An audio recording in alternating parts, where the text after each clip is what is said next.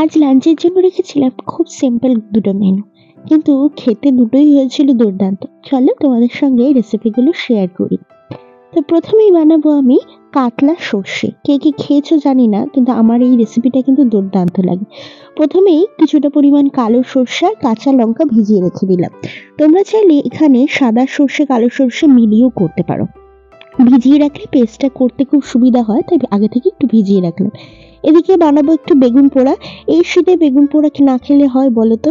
তো প্রথমে বেগুনটাকে একটু কেটে দেখে নিলাম ওর মধ্যে পোকা আছে কিনা, তারপরে একটু তেল মাখিয়ে গ্যাসের উপর বসিয়ে দিলাম। এদিকে নিয়ে নিলাম 2 পিস মতো কাতলা মাছ। আজকে বাড়িতে আমি আর মাই রয়েছে, তাই 2 পিস মাছ দিয়ে রান্নাটা করব।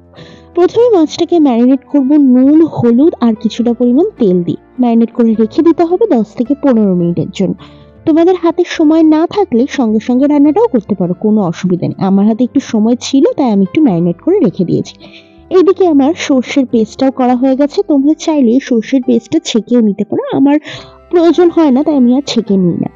সর্ষের পেস্টের মধ্যে দিলাম কিছুটা পরিমাণ আদা বাটা, হলুদ গুঁড়ো, চিনি, নুন। অলরেডি আমি সর্ষেটা বাটার সময় দিয়েছিলাম। নুন দিয়ে বাটলে, নুন আর তেল দিয়ে বাটলে কখনোই সর্ষেটা তেতো হয়ে যাবে না, তাই নুনটা অলরেডি দেওয়া আছে।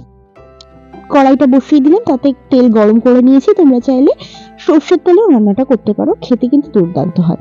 মাছ ভাজা বসিয়ে দিয়েছি, আর এদিকে আমার বেগুন পোড়াটাও কিন্তু একদম রেডি হয়ে গেছে। মাছ ভাজাটাও তুলে রাখলাম। এবার ওই কড়াইতেই ফোড়ন দেবো কিছুটা পরিমাণ কালো জিরে আর কাঁচা লঙ্কা ফোড়ন।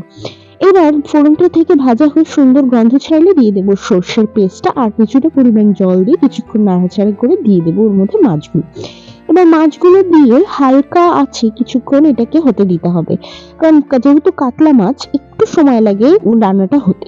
তার মধ্যে সামান্য জল দিয়ে দেবো, জলটা ফুটে উঠলেই কিন্তু রান্নাটা হয়ে যাবে। খুব ইজি পদ্ধতি রান্নাটা, কিন্তু খেতে কিন্তু দুর্দান্ত লাগে। এদিকে বেগুন পোড়ার উপরের কালো অংশটা আমি ছাড়িয়ে নিচ্ছি। এবার বেগুন পোড়াটা মেখে নিতে হবে। বেগুন পোড়া খেতে কে কে ভালোবাসো? আমার তো ভীষণ ভালো লাগে। বেগুন পোড়া দিয়ে রুটি বলো আর গরম গরম ভাত, দুটোই খুব সুন্দর লাগে। দেখো বেগুনটা ভালো করে পরিষ্কার করে নিয়েছি।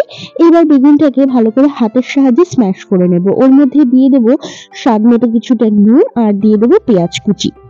তার মধ্যে দিয়ে দেবো যতটা পরিমাণ ঝাল খেতে যে পছন্দ করে সেই অনুযায়ী কাঁচা লঙ্কা, আর দেবো কিছুটা ফ্রেশ ধনেপাতা। ব্যাস, এবার সবকিছুকে একসঙ্গে ভালো করে মাখার পর, ও তার মধ্যে আমি একটু সর্ষের তেলও দিয়েছিলাম। যে কোনো রকম মাখামাখি, যেমন আলু মাখা, বেগুন মাখা, পোড়া বেগুনের মাখা, এগুলোতে একটু সর্ষের তেল দিলে কিন্তু খেতে দুর্দান্ত হয়। আমার লাঞ্চ কিন্তু একদম রেডি হয়ে গেছে। গরম গরম সাদা ভাত সার্ভ করে দিলাম, সঙ্গে দিয়ে দিলাম বেগুন পোড়া, সঙ্গে ছিল কাতলা সর্ষে। এই রেসিপিটা কিন্তু অবশ্যই ট্রাই করো, আশা করি তোমাদেরও খুব ভালো লাগবে। আমার তো দুর্দান্ত লাগে।